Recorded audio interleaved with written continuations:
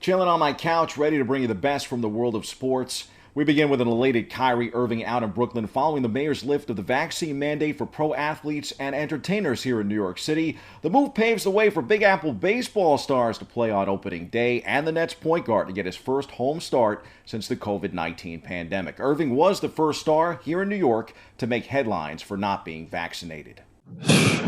Man, first I was trying to get enough sleep last night, landing at 3 a.m.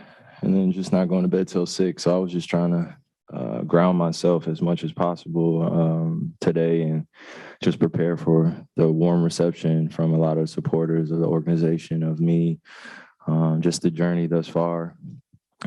So I don't take it for granted what happened tonight. It was historic. I'm grateful that I got a chance to be out there with my brothers and, just leave it all out there. Not the result we wanted.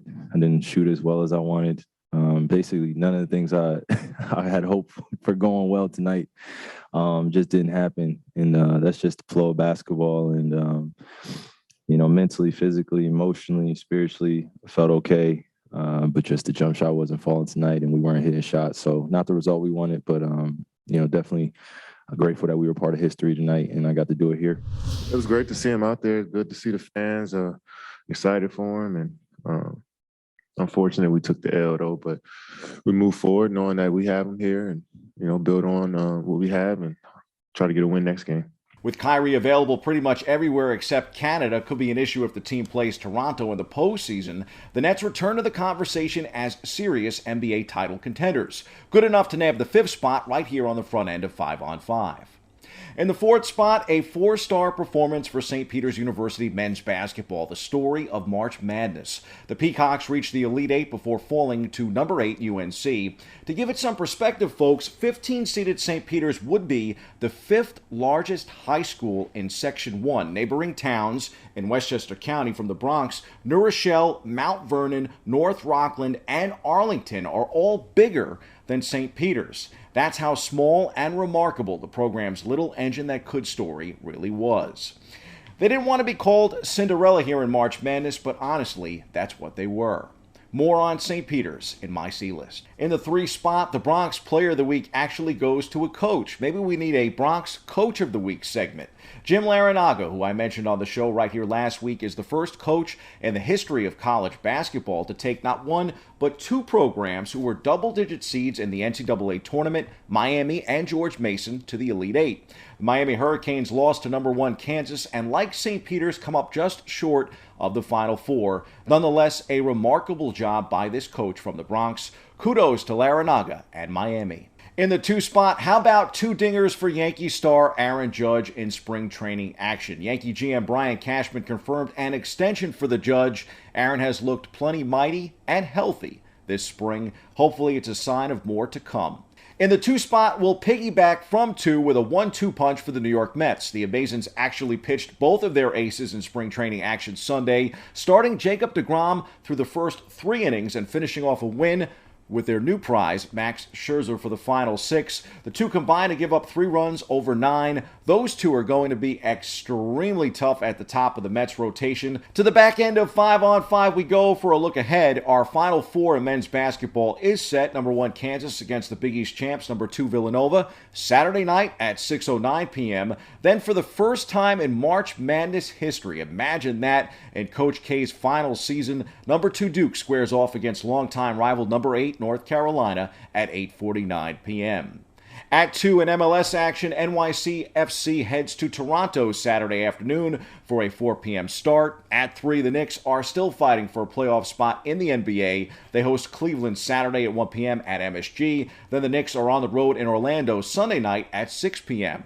At 4, the Rangers skate against the rival Islanders in another battle for New York tonight. Puck drop is 7 p.m. at the world's most famous arena. The Broadway Blue Shirts will then host rival Philadelphia Sunday night at 7 to close out the weekend's action. And at number 5, on this date in Bronx sports history, where does the time go, folks? Back in 2008, the final season for the old Yankee Stadium, then ace Chim-Ming Wang, remember him, leads the Bronx Bombers to an MLB record 11th straight opening day win. The Pinstripers defeated Toronto 3-2 on April 1st, 2008, the last home opener at the old ballpark in the Bronx. Our BronxNet cameras were there. Feels just like yesterday. Time flies when you're having fun, as they say. That's my cue to cap this segment with a C-list.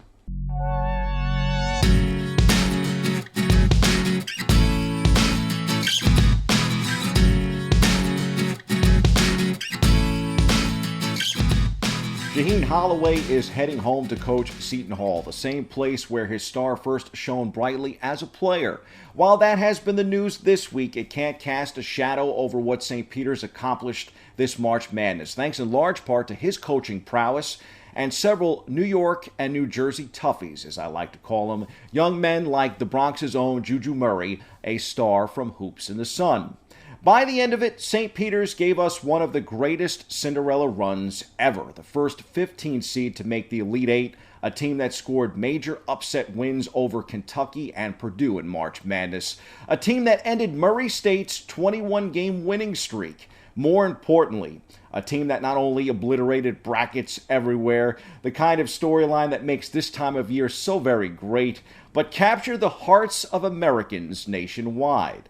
I mentioned it earlier in this roundup, a small school that rolled up its sleeves and competed with Goliath. The program's budget of $7.5 million stared down four opponents with a combined athletic department budget of over $365 million.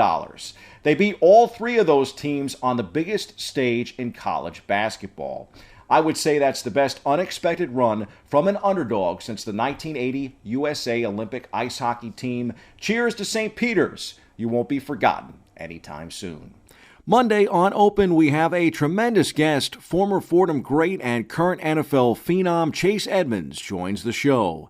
Here's a special preview. Now, I remember you, of course, as a freshman. You come in, you're 185 pounds, and as you mentioned, by way of Pennsylvania in 2014. That first year, though, I mean, you hit the ground running. You end up winning the Jerry Rice Award as the FCS Freshman of the Year. And it's not long that you go from 185 pounds to 210 pounds. So, I mean, the work ethic to me for you has always been unparalleled. Can you talk about that process and the fact that you always seem to have your eye on the NFL right away, even from that first year? Funny story, man. Like, I tell people this all the time, and again, it molded me. But I remember going to Fordham and we were going to class, and like we played like this icebreaker game of like, what did you want to do after college?